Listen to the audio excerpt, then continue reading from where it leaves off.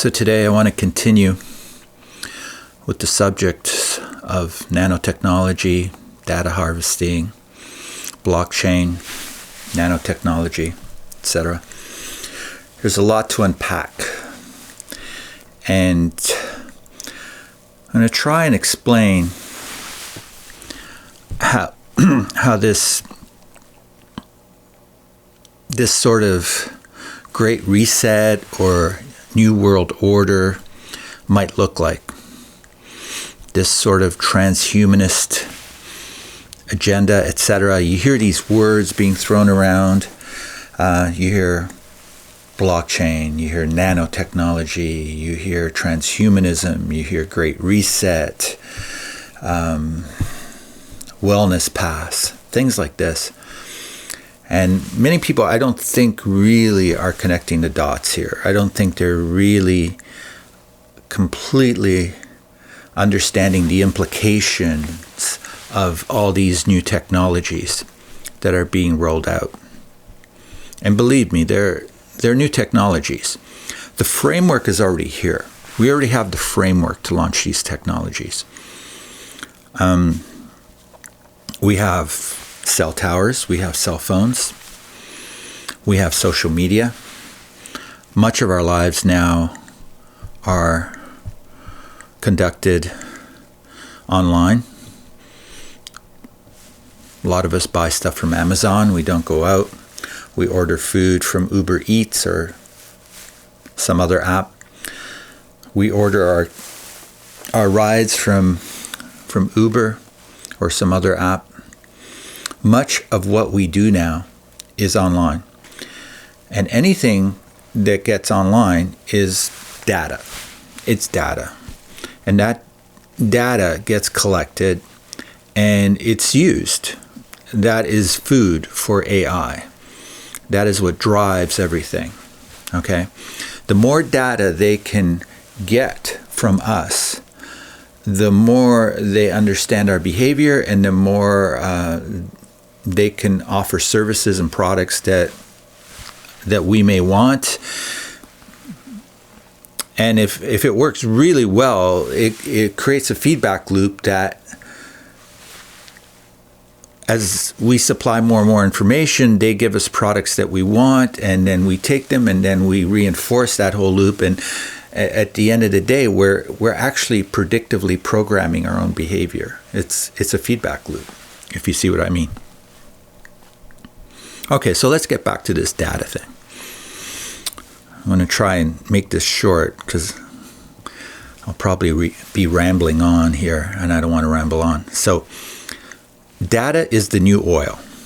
You might have heard that expression. The one common denominator all the big tech companies have is data. Data is it's what they need. It's what they use. Without data, they don't exist. If Google doesn't have data that we input, they don't exist. If Facebook doesn't have data that we give them, they don't exist. Same thing with Twitter, Instagram, all the big techs. Data is their blood. And like blood, without blood, we can't survive. Big tech cannot survive without data. But sadly, big tech is not content with the data they're getting, so they want more. How are they going to get more data out of us? Well, they're going to have to hack us. And this is my opinion. This is how I see it. That we are a treasure trove of data. What's inside us, what's in our minds, what's in our bodies is all information. But how do you access it? Not only how do you access it, how do you digitize it? How do you turn it into digital ones and zeros that can then be accumulated, studied, and then mathematical models can be predicted and sold, etc., and used? Well, so this is what I'm coming to right now, is this new age of data hacking, basically hacking the human species to provide an endless stream of data, which can then support big tech and, in a way, cement their power and dominance over us. Well, how does this happen? Okay, so we're at this place now, technologically, where on one hand, we have something called nanotechnology, and on the other hand, we have all the Wi-Fi, radio frequencies, and so forth that can take information from nanotechnology, which is basically, think of nanotechnology as a small, tiny computer, microscopic computer, and take that information from the nanotechnology and accumulate it. The same way, imagine that you're on the internet and you're searching for things on Google, and they take that information and then they know that you have certain preferences, that you like chocolate versus vanilla, etc. And then they start to show you advertising. I'm sure you've seen advertising for something that you probably search for on Google. It comes right back at you. That's a kind of a predictive behavior, a very simple one, right? So, nanotechnology. Nanotechnology is kind of like the linchpin. It's the thing that's going to crack open that golden goose. Nanotechnology, meaning that tiny computer chip, which could be brought into our bodies, and the technology is already there where this nanotechnology or computer chips can interact with our biology and become sensors. And that information that's gathered from the nanotech, and I mean, the sky's the limit here. Once the nanotech integrates with our biology on a cellular level, on our nerves, every cells of our organs, it could report back. It could report back all kinds of information, depending on the kind of information you program into it. Now, you might think the simple stuff like heart rate, blood pressure, blood sugar, yeah, those are very simple data points that could be accumulated. I mean, your Apple Watch does that already, your Fitbit does that already. But I'm talking about much more specific, much more medically significant data. Things like proteins and amino acids and other molecular properties with our cells can monitor in real time through nanotechnology and be fed back to the database via your phone. Okay, so the phone becomes like a relay unit.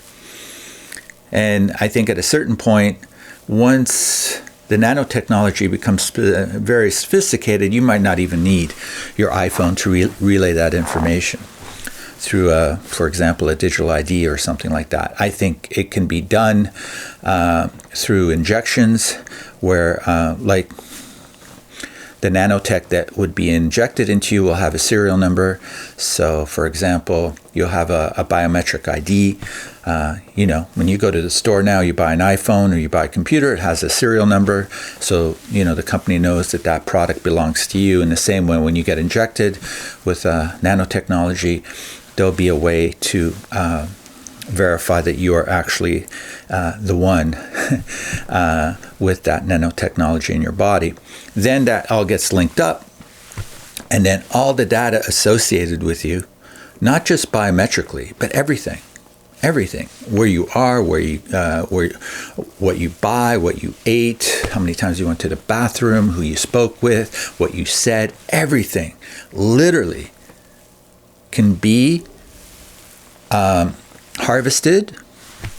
And once it's harvested, then that's where the AI can perform its mathematical operations and create the whole behavioral programming and the predictive programming that can then be looped back onto us. And before you know it, we will be in a literal matrix.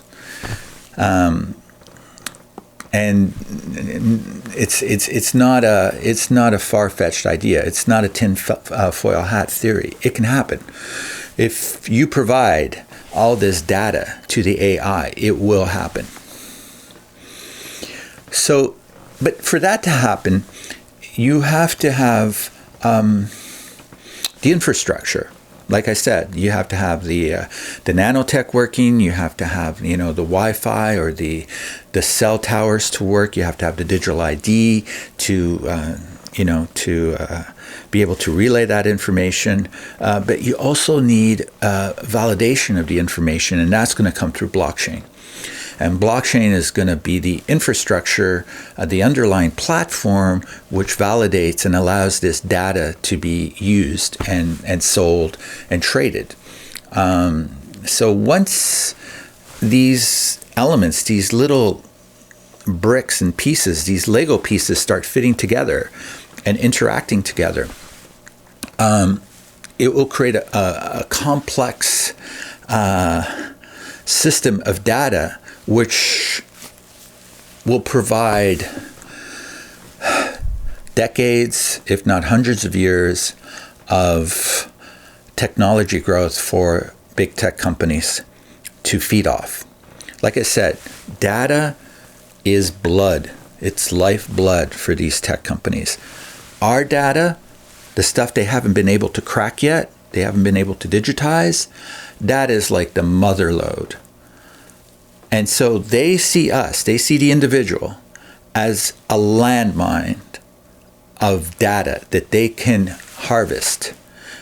And one individual is not helpful, but when you can get the majority of the population on the planet hacked and providing 24/7 nonstop data flow to an AI, which then creates its mathematical models, etc., predictive programming, then you can kind of see how that system will then be used to practically control everything on the planet.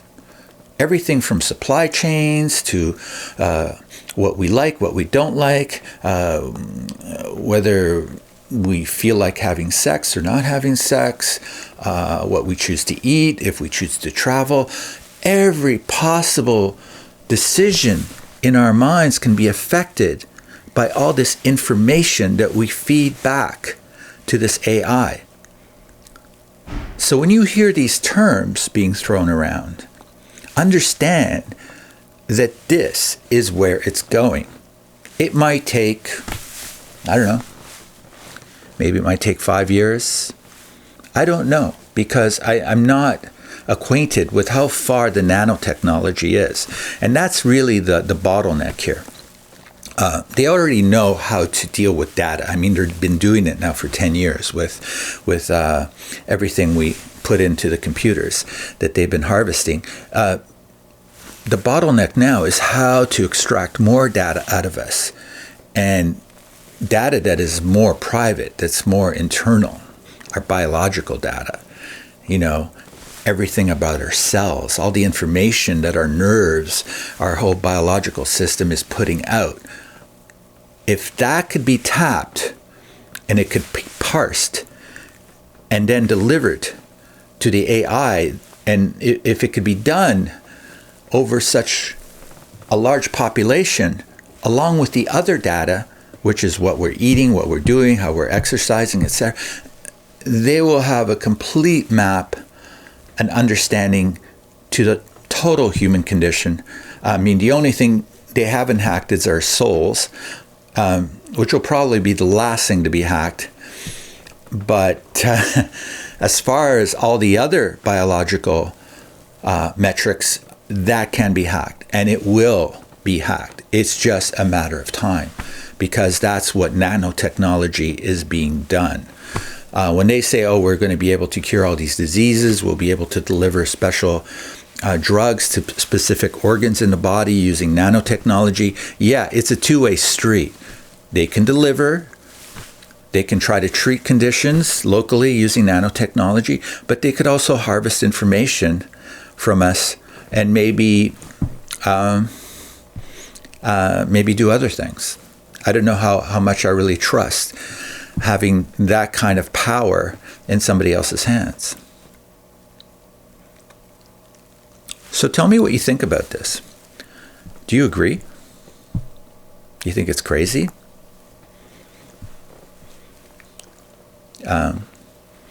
You don't think that big tech wants to hack us and exploit all our biometrics for their purpose? Let me know. Take care.